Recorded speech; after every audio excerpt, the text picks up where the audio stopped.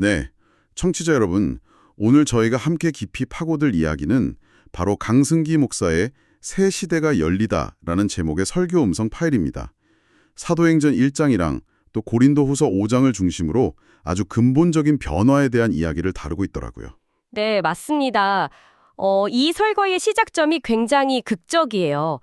예수님이 하늘로 올라가시기 바로 직전, 그러니까 제자들과 함께한 정말 마지막 그 순간이거든요. 인류 역사의 거대한 전환점이라고 할 수 있는 순간인데 그렇죠. 바로 그 순간에 제자들은 도대체 무슨 생각을 하고 있었을까? 그리고 그들의 입에서 나온 첫 질문이 이 설교 전체를 관통하는 아주 중요한 열쇠가 됩니다. 바로 그 질문, 주께서 이스라엘 나라를 회복하심이 이때니까? 사실 이 질문만 딱 놓고 보면 되게 현실적인 질문 같아요. 맞아요. 당시 로마 지배 아래 있었으니까 독립이랑 해방을 바라는 건 뭐 너무 당연한 마음이잖아요. 지극히 인간적이고 또 현실적인 질문이죠. 설교에서도 바로 이 부분을 짚어주는데요. 제자들의 머릿속은 그야말로 정치적 해방, 민족적 영광 이런 걸로 가득 차 있었던 거예요. 아, 다윗왕 시대의 그 강력했던 나라? 네, 바로 그거죠.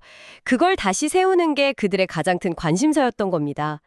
어떻게 보면 예수님을 통해서 이루고 싶었던 꿈의 최종 버전이 바로 그것이었을 수도 있고요. 그런데 예수님의 대답은 정말 동문서답처럼 들릴 정도예요. 하하, 그렇죠. 때와 시기는 너희가 알 바 아니다 라고 딱 선을 그으시고는 갑자기 완전히 다른 차원의 이야기를 꺼내시죠. 네. 오직 성령이 너희에게 임하시면 너희가 권능을 받고 내 증인이 되리라. 이건 뭐 질문에 대한 대답이라기보다는 아예 대화의 판을 새로 짜시는 느낌이 들어요. 바로 그 지점입니다. 예수님은 제자들의 관심사가 완전히 잘못되었다. 더 본질적인 걸 봐라. 이렇게 방향을 틀어주시는 거죠. 너희가 지금 신경 써야 할 건 나라의 독립 같은 그런 외부적인 문제가 아니야. 너희 내면에서 일어날 거대한 변화, 그리고 그 변화를 통해 세상 끝까지 나를 증언하는 일이야. 라고 말씀하시는 거예요. 설교는 이 순간을 개인의 관심사에서 하나님의 거대한 계획으로 시선이 옮겨가는 아주 결정적인 전환점으로 해석하고 있습니다. 땅끝까지 이르러 내 증인이 되리라.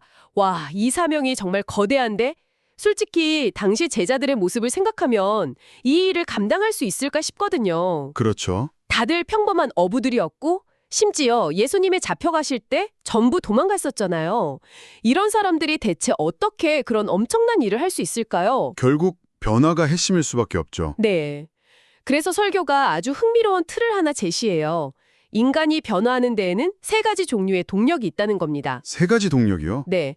그 첫 번째가 바로 결단입니다. 우리 스스로의 의지로 마음을 굳게 먹는 거죠.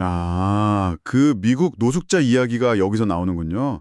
저 그 이야기 정말 인상 깊게 들었습니다. 네. 매일 지하도에서 잠을 자면서 무의미하게 살던 사람이 어느 날 거울에 비친 자기 모습을 보고는 내가 이렇게 살아서는 안 되겠다라고 굳게 결심을 하죠. 누가 시킨 것도 아닌데. 네. 순전히 자기 내면에서 우러나온 결단이었어요. 그리고 그 결단 하나가 모든 걸 바꾼 거잖아요. 맞습니다. 나중에는 수만 명 앞에서 강연하는 유명 인사가 되고 헬리콥터를 타고 강연장에 가는데 저 아래에 길게 늘어선 줄이 자기를 보러 온 인파라는 걸 깨닫는 장면은 와, 정말 영화 같더라고요. 그렇죠. 그 일화는 개인의 결단이 얼마나 큰 힘을 가질 수 있는지를 아주 극적으로 보여주는 사례입니다. 목표를 정하고 그걸 향해 나아가겠다는 의지가 한 사람의 인생을 완전히 뒤바꿀 수 있다는 거죠. 네. 하지만 설교는 여기서 멈추지 않습니다. 결단보다 더 깊은 차원의 변화가 있다고 말해요. 하긴 개인의 의지만으로는 안 되는 부분이 분명히 있으니까요. 그럼 두 번째 동력은 뭔가요? 두 번째는 깨달음입니다. 깨달음이요? 네, 이전에는 몰랐던 어떤 진리나 비밀을 알게 되면서 가치관과 삶의 방향이 바뀌는 거죠. 예를 들면 위대한 스승을 만나거나 깊은 철학이 담긴 책을 읽고 세상이 이런 거였구나 하고 무릎을 탁 치는 순간 같은 거요. 이건 내 의지라기보다는 외부의 지혜가 나에게 들어와서 나를 변화시키는 것에 가깝죠. 결단이 나로부터 시작되는 힘이라면 깨달음은 나에게 오는 지혜라고 볼 수 있겠네요. 정확한 비유입니다. 그런데 설교에서 가장 강조했던 건 세 번째 동력이었죠. 그렇습니다. 가장 강력하고 근본적인 변화의 동력으로 성령의 역사를 꼽습니다. 성령의 역사. 이건 결단이나 깨달음과는 차원이 달라요. 내 의지나 지성과는 상관없이 외부의 초월적인 힘이 직접 나를 사로잡고 이끌어가는 변화를 말하는 겁니다. 설교의 표현을 빌리자면 성령이 때로는 우리에게 결단할 힘을 주기도 하고 때로는 놀라운 깨달음을 주기도 하지만 때로는 그 모든 과정을 뛰어넘어서 직접 우리를 변화시킨다는 거예요. 아, 사도행전에서 제자들이 겪는 변화는 바로 이 세 번째 차원의 변화라는 것이 설교의 핵심입니다. 그들 자신의 힘으로는 절대 불가능한 변화였죠. 새 시대가 열리다라는 설교 제목이 바로 이 지점과 연결되는 거군요. 제자들이 성령을 통해 변화되는 그 순간이 바로 새로운 시대의 개막이다. 이런 의미로요? 정확합니다.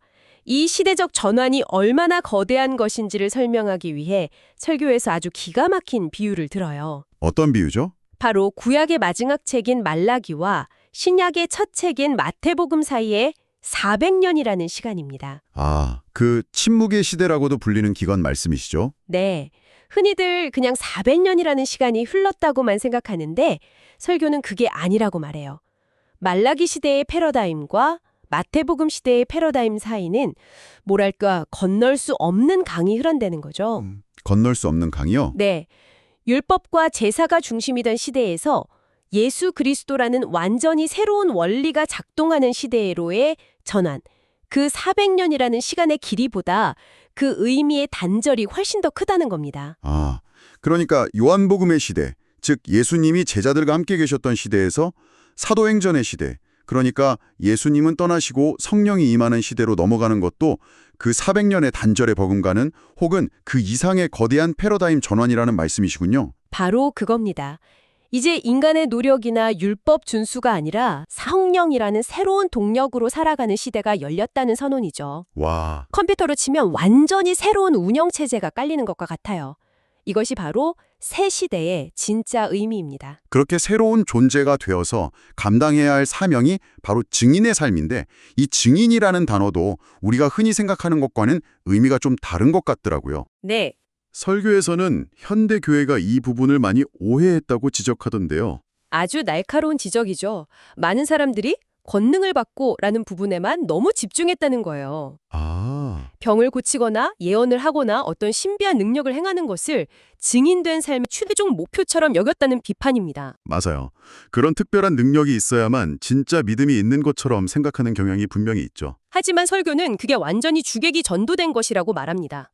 권능, 즉 능력은 증인이 되기 위한 전제 조건 혹은 수단일 뿐이지 결론이 아니라는 거예요. 아, 수단일 뿐이다. 네, 진짜 결론은 내 증인이 되는 일 그 자체에 있다는 겁니다. 그럼 도대체 그 증인이란 무엇인가? 이게 중요해지네요. 그렇죠. 단순히 예수님에 대한 이야기를 전하는 사람, 전도하는 사람 이런 정도의 의미는 아닐 것 같잖아요. 훨씬 더 깊은 의미일 것 같아요. 네, 증인. 헬라어로 마르티스라고 하는데요. 이게 순교자, 마터라는 단어의 어원이기도 합니다. 순교자요? 네, 핵심은 자신이 직접 보고 듣고 만진 것을 증언하는 사람이라는 뜻이에요. 여기서 제자들이 경험한 사건은 인류 역사상 전무후무한 단 하나의 사건, 바로 부활이죠. 아, 40일 동안 부활하신 예수님과 함께 먹고 마시며 대화했던 바로 그 경험. 그렇습니다. 죽었던 사람이 다시 살아나서 내 눈앞에 있는 경험. 설교에서는 이 경험을 뇌의 구조가 바뀔 정도의 충격적인 사건으로 묘사해요. 뇌의 구조가 바뀐다? 인간의 모든 상식과 이성과 경험 세계가 완전히 무너져 내리는 체험이라는 거죠. 그 경험을 통과한 사람은 세상을 이전과 똑같이 볼 수가 없게 됩니다. 증인이 된다는 건 바로 그 부활의 생명력을 몸소 체화해서 그 사람의 존재 자체가 부활의 증거가 되는 삶을 사는 것을 의미합니다. 와, 기적을 행하는 사람이 아니라 내 삶 자체가 기적이 되는 거죠. 존재 자체가 증거가 된다. 이 개념이 고린도후서 5장 17절 말씀하고 정확하게 이어지는 것 같아요. 네. 그런즉 누구든지 그리스도 안에 있으면 새로운 피조물이라. 이전 것은 지나갔으니 보라 새 것이 되었도다. 완벽하게 연결됩니다. 설교는 이 새로운 피조물이라는 단어를 설명하면서 리모델링과 재창조의 비유를 들어요. 이건 정말 중요한 구분입니다. 저도 그 비유가 정말 확 와닿았어요. 리모델링은 기존의 구조는 그대로 두고 그냥 페인트 칠 새로 하고 벽지 바꾸는 거잖아요. 그렇죠. 재창조는 아예 건물을 다 허물고 기초부터 새로 짓는 거잖아요. 맞아요. 많은 사람들이 신앙을 통한 변화를 리모델링 정도로 생각해요. 내 성격의 못난 부분 좀 고치고 나쁜 습관 좀 버리고 뭐 더 나은 내가 되는 거죠. 네, 맞아요. 하지만 성경이 말하는 새로운 피조물은 그런 개선의 차원이 아니라는 겁니다. 이건 하나님이 태초에 세상을 창조하신 것과 같은 창조 행위라는 거예요. 개인 안에서 일어나는 두 번째 영적 창조. 두 번째 창조. 네, 완전히 다른 존재로 다시 태어나는 것을 의미합니다. 이전 것은 지나갔으니 보라 새 것이 되었도다. 이 구절이 어떻게 보면 정말 무섭게 들리기도 하네요. 어떤 면에서요? 과거의 내가 평생 쌓아온 경험, 상처, 성공, 실패, 그 모든 것이 그냥 이전 것이 되어버린다는 거니까요. 그렇죠. 그래서 설교에서는 자기 죽음, 그juk 자기를 부인하는 과정이 필수적이라고 말합니다. 과거의 상처와 한계에 갇혀서 나는 원래 이런 사람이야 라고 규정하는 그 옛 자아를 내려놓는 과정이죠. 이전의 시선으로 내 인생을 해석하고 미래를 불안해하는 것을 멈추는 겁니다. 그리고 부활의 관점, 즉 죽음을 이긴 생명의 관점으로 나 자신과 세상을 바라보기 시작하는 것.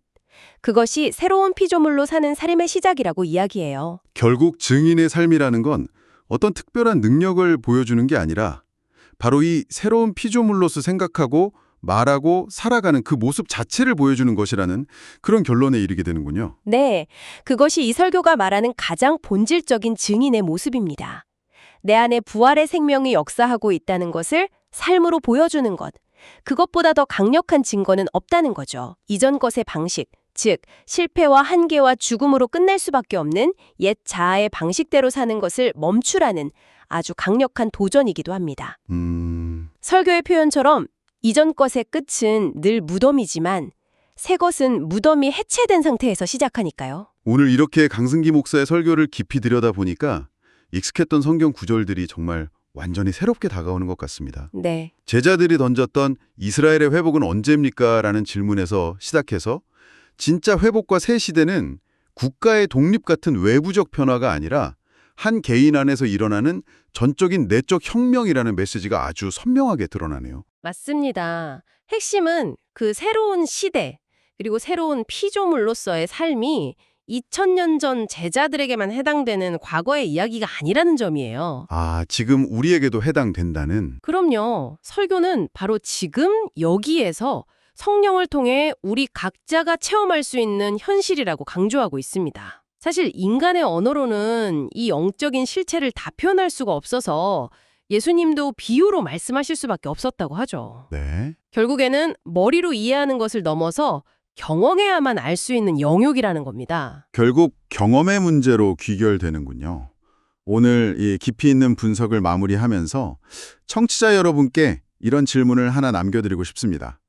설교의 메시지처럼 만약 과거의 경험과 실패, 그리고 스스로 만들어온 한계로 정의된 이전의 나를 정말로 떠나보낼 수 있다면 당신의 삶에서 새로운 피조물로서 내딛는 첫걸음은 과연 어떤 모습일까요?